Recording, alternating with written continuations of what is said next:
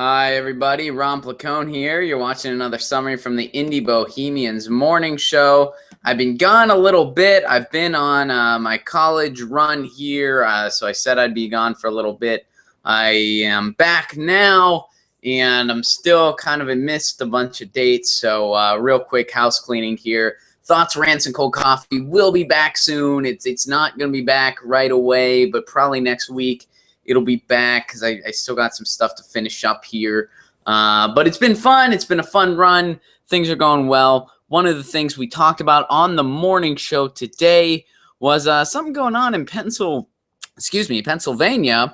where a former state prison clerk filed a federal lawsuit against the state. She was brutally raped at her job in July of 2013. Now, the Attorney General, Kathleen Keynes, her people issued a statement pretty much alluding to that it was the victim's fault. Now, what happened in this situation? The former employee, she was at her office, and one of the inmates, an inmate that had a reputation for and a history of violent crimes and sexual predatory crimes against women. So this is a guy that had a history for all this stuff.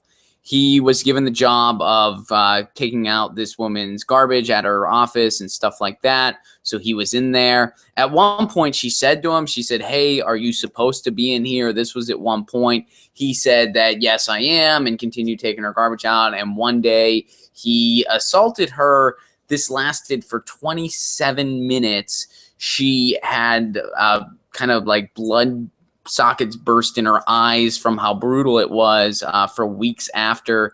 So that's a pretty violent rape. I mean, they're all violent, but this one's especially violent. And then the Attorney General Keynes' office kind of said, well, you know, she did some stuff that allowed, they called it negligence on her part, which, first of all, how was there nobody in an Attorney General's office that read over that prepared statement in response to this lawsuit and thought, this might not be a good idea on behalf of the human species?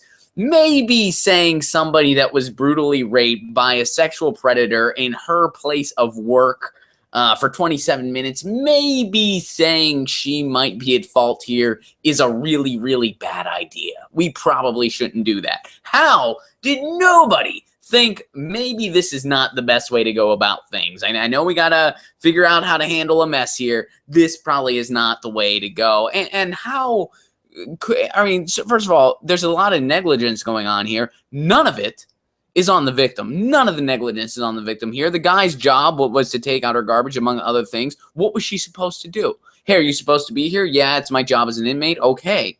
How was this negligent on her part?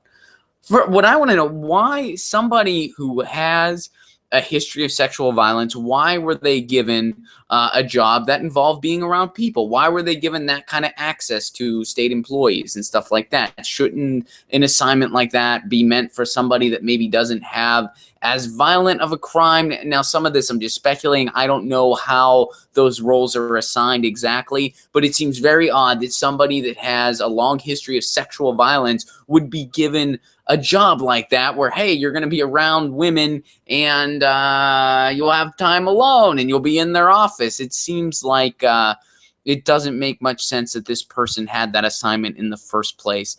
And it's very bizarre. And now, of course, Kathleen Keynes is distancing herself from the statements that office made. She said she didn't make the statements herself.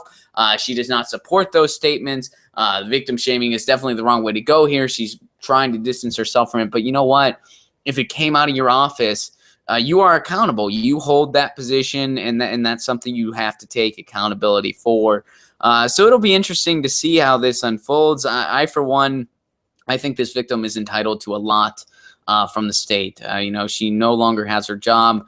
27 minutes. I mean, that's the other thing. How did nobody know? The reason they know what went down was because of the security footage that was obtained. How did nobody see the security footage while it was happening and stop it? How did nobody realize what was going on? There's so many really odd, unanswered questions in this story. And then one of the things we talked about on the show this morning, when you think about what's going on in Hong Kong right now. When you think about these people that want more democracy, that are demonstrating for pro-democracy and dealing with the consequences that are happening from that. There's violence occurring happening towards them for these protests. And then here in the United States, where, yeah, our democracy is far from perfect, we got a lot of problems, but you see stuff like people saying it's a victim's fault when they get brutally raped for 27 minutes in their place of work. And this is from an attorney general's office. And you think, man, something is really not right here. Something is terribly wrong. We're really kind of maybe abusing some of the liberties that we do have in certain cases. And this is not something that as a society we should tolerate at all. This woman should get a very big settlement, in my opinion, and justice should be served here. And the way the state has handled it so far is very scary and disturbing. And hopefully we see some better results here. And either way, the brutal occurrence still did happen. And there was negligence in a lot of situations why something like this was able to occur in the first place. And, it's very scary. When you look at a lot of the problems with the prison system in this country, a lot of things come to mind. The way it's made into a profit center, the way, the way there's financial incentives to throw people in jail. But then you see other instances where if you work in the offices at one, you're not safe because they may let somebody with an extensive history of sexual violence just kind of have access to any employees. So this is bothersome and this is disturbing, and we'll see how this unfolds. A couple other quick notes here before we sign off. One of the things I got to do today as well, our guest on the show was Ian Anderson from Jethro Tull. I'm a pretty big Jethro Tull fan, so I was excited about that interview. The reason I bring this up here, I'm going to post that interview. It's audio only because we did it via phone.